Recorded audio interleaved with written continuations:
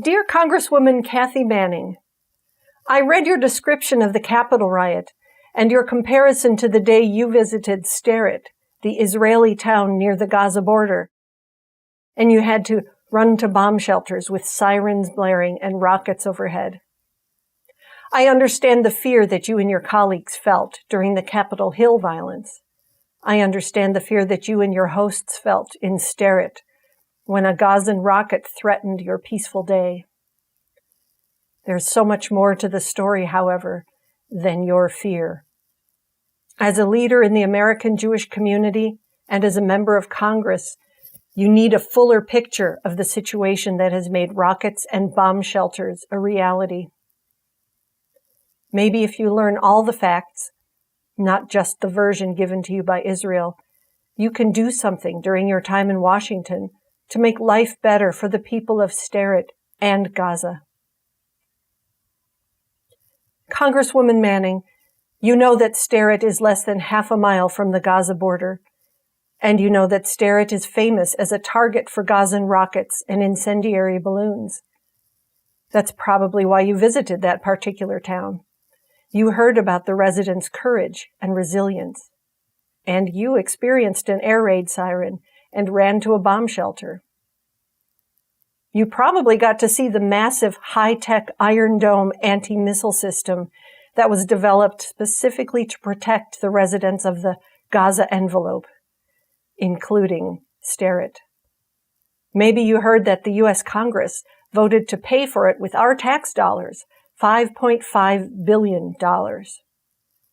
Your visit to Sderot must have been unforgettable, but there is much you didn't see, much your Israeli tour guide didn't tell you, and it's unforgettable too. For example, Sderot is built on the remains of the Palestinian village of Nejd that was ethnically cleansed in 1948. Those families now live in Gaza. According to the Israeli military, the first rocket was fired by Gazan resistance groups on April 16, 2001, after 6 months of shelling and invasions by Israeli forces that killed 570 Palestinians. In the 20 years since Palestinians in Gaza started using rockets, they have killed a total of 30 Israelis. During the same time, Israeli airstrikes have killed more than 4,000 Gazans. Sderot, the poster child for Gaza rocket violence, has experienced 10 Israeli deaths from rockets. The most recent was 13 years ago. Congresswoman Manning, there's much more you don't know, and some of it you have chosen not to know. You're not the only one. Millions of Israelis and hundreds of millions of others around the world, especially in the U.S., are overlooking the elephants in the room. Some are so obvious you have to make a real effort to ignore them. But on some level, you know they're there. For example, huge numbers of Palestinian people were displaced in order for Israel to be born. At least 750,000 in 1948 and another 200,000 in 1967. Over 500 Palestinian villages were completely eradicated. Over 70% of Gazans are refugee families that were forced off their land in Israel when it was created, which then confiscated their homes and property. These people have a right to return to their homes, but Israel refuses. Many of those displaced Palestinians now reside in Gaza in abject poverty. Israel has shut the 2 million residents of Gaza off from the world and has kept them under siege for 14 years, blocking the entrance of food, vital medicine, and other staples.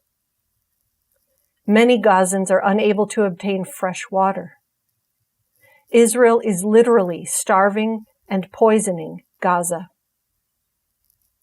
No one should have to endure such profound, prolonged injustices, No people group would tolerate this without fighting back in whatever way they can. And no one should blame the people of Gaza for resisting their own oppression. That is the biggest elephant in the room.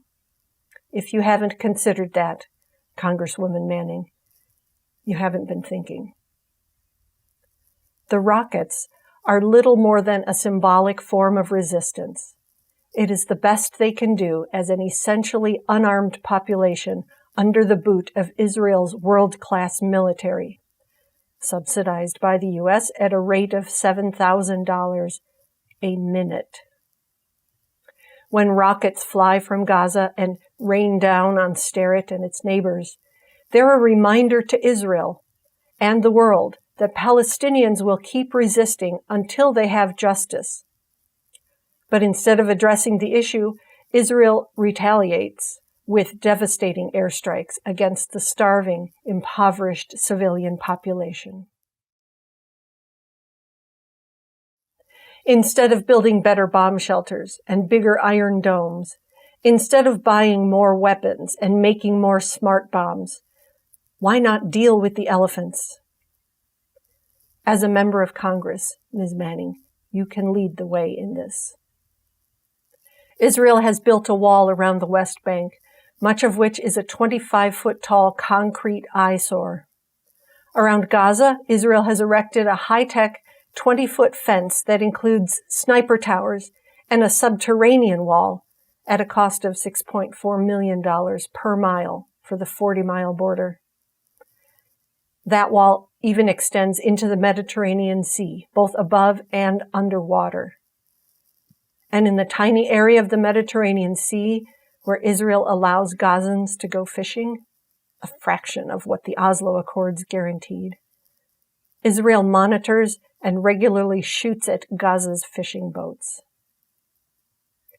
Israel has also built elaborate barriers on its borders with Egypt, Jordan, Syria, and Lebanon. And with one of the most powerful militaries in the world and cutting-edge missile defense equipment, Israel is a fortress.